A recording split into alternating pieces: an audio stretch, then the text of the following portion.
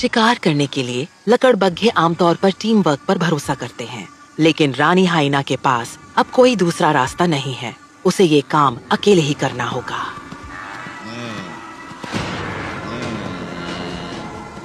कामयाबी पाने के लिए उसे एक कमजोर निशाना ढूंढना होगा।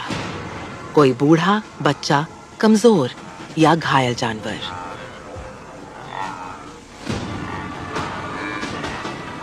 वो झुंड को दौड़ाती है और कमजोर जानवर को ढूंढती है।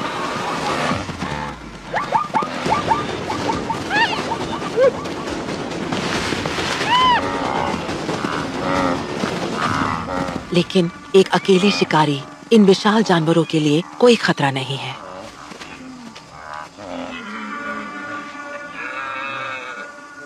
अब रानी के सामने एक और मुश्किल है। उसे अपने शरीर का तापमान घटाना है।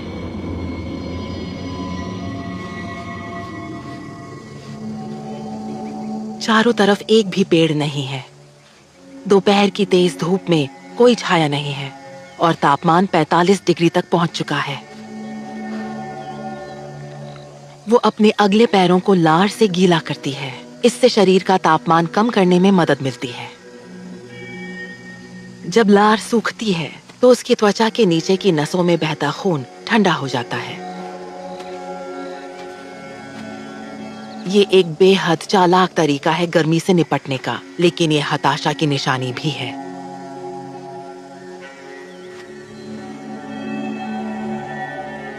रानी पूरे दिन बिना खाने और पानी के भागती रही है।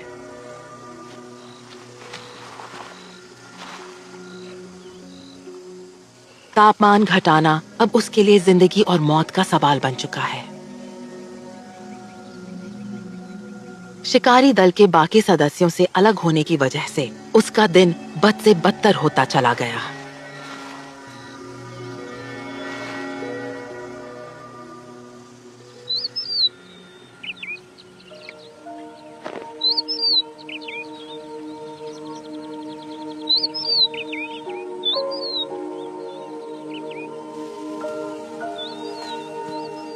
बाकी शिकारियों का झुंड 8 किलोमीटर पीछे है। उन्होंने दिन का सबसे गर्म हिस्सा सोकर काट लिया था।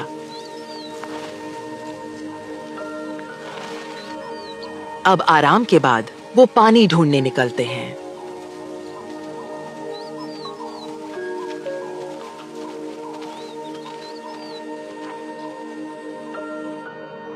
घास के सूखे मैदानों में यहाँ वहाँ छोटे छोटे हरे घेरे बचे हैं। पिछली बारिश के अवशेष। वहीं हैं पानी भरे गड्ढे। सबसे पहले अनाथ बच्ची को पानी मिलता है और वो बाकी शिकारियों को वहां ले जाती है।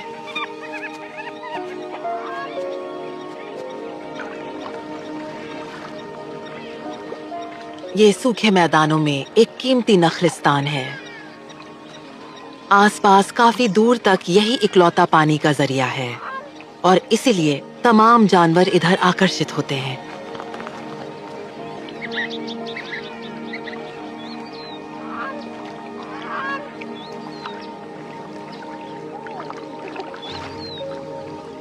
शिकार करने के लिए लकड़बग्घे आमतौर पर टीम वर्क पर भरोसा करते हैं, लेकिन रानी हाइना के पास अब कोई दूसरा रास्ता नहीं है। उसे ये काम अकेले ही करना होगा।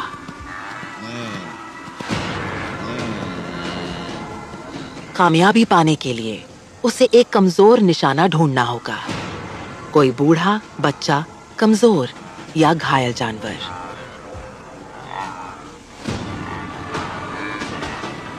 वो झुंड को दौड़ाती है और कमजोर जानवर को ढूंढती है।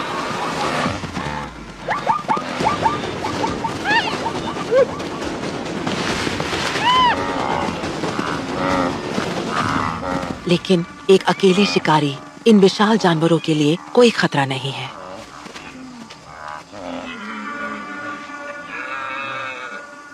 अब रानी के सामने एक और मुश्किल है।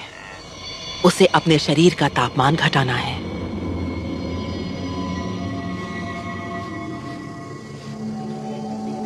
चारों तरफ एक भी पेड़ नहीं है। दोपहर की तेज धूप में कोई छाया नहीं है और तापमान 45 डिग्री तक पहुंच चुका है। वो अपने अगले पैरों को लार से गीला करती है। इससे शरीर का तापमान कम करने में मदद मिलती है। जब लार सूखती है तो उसकी त्वचा के नीचे की नसों में बहता खून ठंडा हो जाता है। ये एक बेहद चालाक तरीका है गर्मी से निपटने का, लेकिन ये हताशा की निशानी भी है।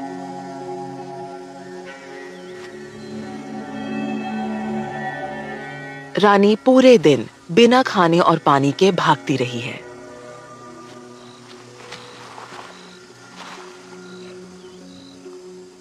तापमान घटाना अब उसके लिए जिंदगी और मौत का सवाल बन चुका है। शिकारी दल के बाकी सदस्यों से अलग होने की वजह से उसका दिन बद से बदतर होता चला गया।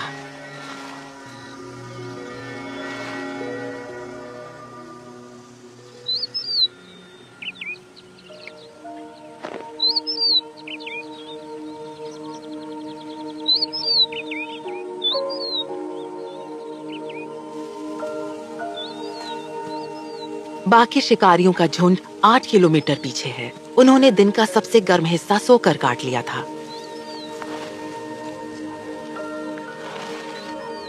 अब आराम के बाद वो पानी ढूंढने निकलते हैं।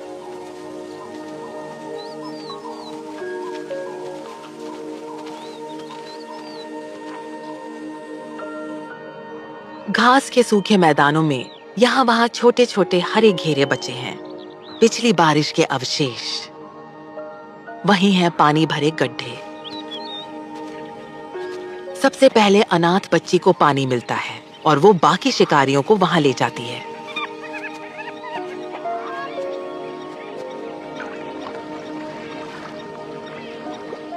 ये सूखे मैदानों में एक कीमती नखलिस्तान है। आसपास काफी दूर तक यही इकलौता पानी का जरिया है और इसीलिए तमाम जानवर इधर आकर्षित होते हैं।